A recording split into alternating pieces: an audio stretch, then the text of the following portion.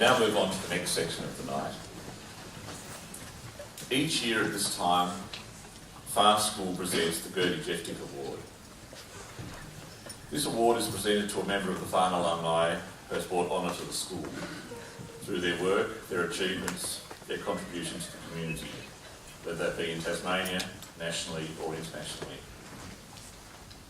Recipients of the Gerdy Jevtic Award are recognised for their leadership.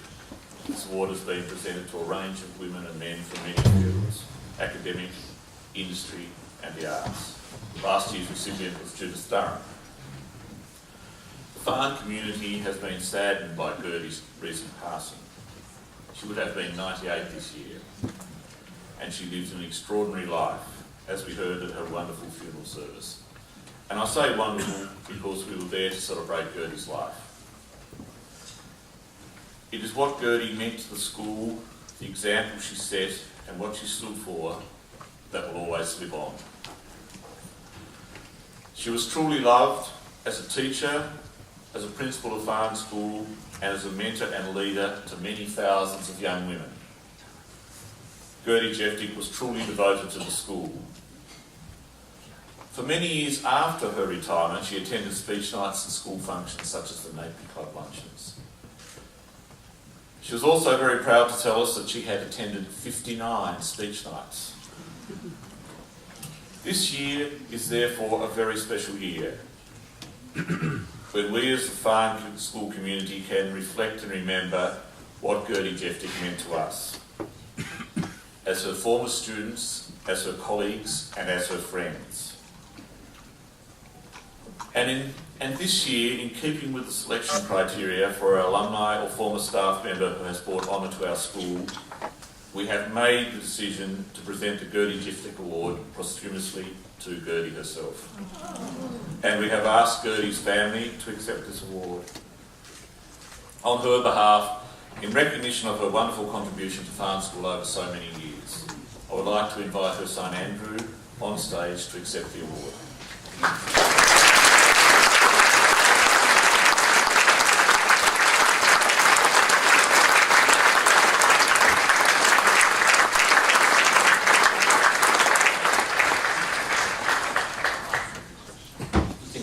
Ladies and gentlemen, friends and family of Fahan, I've been asked to give a short talk about my mother's life, specifically how it related to her time at Fahan. And obviously she lived a very long life, but it was packed with many things which I think probably are still of relevance today.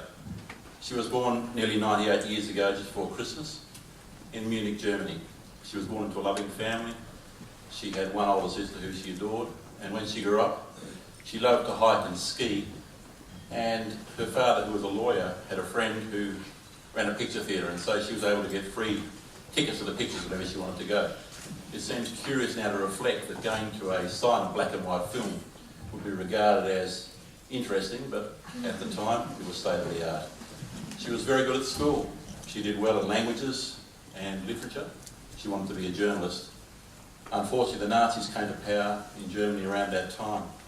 Her father, who was a Jewish lawyer, was persecuted and eventually disappeared. She later found out he died in Auschwitz in 1942. Her grandmother, or her mother should I say, my grandmother, realised that they had no future in Germany, so they managed to get out of Germany and get to England. The two girls were separated, as was their mother, but eventually the girls were reunited in England. They borrowed enough money to get out of England, and they took their mother's advice to go as far away from Europe as possible. So they went to Australia naturally, landed here in 1939. And while at that time migrants were very welcome, there was no offshore processing, of course. Unless you worked, you couldn't live. So my mother, whose English was not very good, took a variety of jobs. More to learn English than anything else and to survive. She worked in kitchens, she worked in hospitals. She was going to work as a mental health nurse because she discovered that was very well paid, because at that time there was no effective treatment for mental disease, and so the patients were quite violent. But she wasn't tall enough, and so she couldn't get in.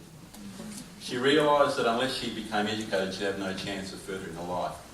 And she was very fortunate, because at that time in Perth, the university was free. It was subsidised by the newspaper, and it was the only university in Australia that was free. So she went to university, she did a Bachelor of Arts, followed by a Diploma of Education.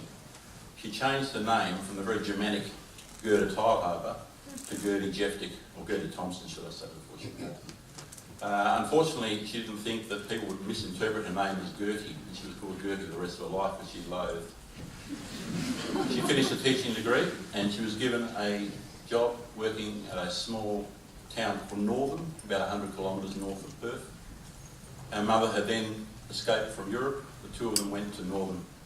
I can't imagine how difficult it would have been for two very Germanic ladies to be working in a small country town, in a country that had just been at war with Germany, but she said she enjoyed it. I take her word for it. After 2 years there, she decided to move back to Perth, but her sister, by this time, had also gone through university and married an Australian naval officer. He was seconded to various places, ending up in Hobart. She decided to move to Hobart to be with her sister, who had two small children. And she moved down here in 1949. Her first job was at Campbell Street School, which is not far from where we are now. Her sister worked part-time teaching adult education English. And my mother filled in for her one night, and she met there a man called Gerdy Jevtic, whom she subsequently married and lived very happily for 60 years. Her life changed in 1950 when she was employed by Fahan. She felt that she was right at home as soon as she moved in. She had worked there for over 30 years. She taught German history over that time, was vice principal for a number of years, and finally principal for the 3 years before her retirement. Even though she was working full-time at Fahan, she did lots of other things. She still continued to teach adult education to migrants. She did that for many years. And she subsequently did a Master of Arts at the university in the mid-50s. If I can digress, there was a time previous to the internet when translation was not an instantaneous event, when one had to employ a translator to translate documents. The university had difficulty with a lot of science graduates who wanted to read German literature, German papers and scientific books, but they had no one who could translate for them. So they asked her if she could do a short course for the students. She developed a course called Science German. It was supposed to run for 1 year. It ran for 20 years. And it consisted of a number of lectures to the graduates so they would learn the basics of German so they could translate their documents. She loved it because the students she had were bright and keen and interested, perhaps a little different to the students she had at Fahan on a day-to-day basis. However, Fahan was really her life, and it was just a home away from home to her, and she just loved working there. In later years, she used to run a barbecue before the year started for all the teachers and staff, and that was an annual event before each year started at Fahan.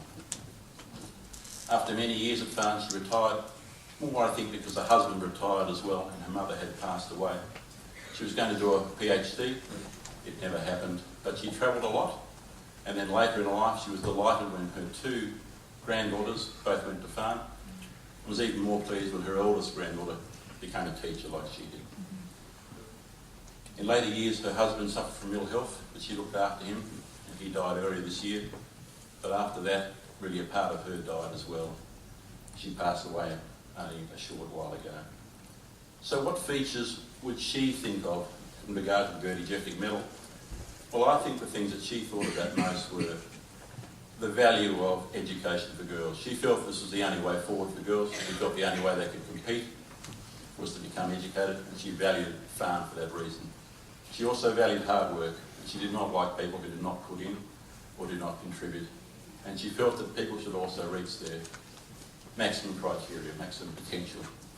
People who didn't really, she felt a bit sorry for in some respects. So, for those of you who will be here next year, and the Gerdy Jevtic Medal is given out, just think a little bit about the woman behind the medal, the woman whose name is on that medal. Thanks again for allowing me to talk.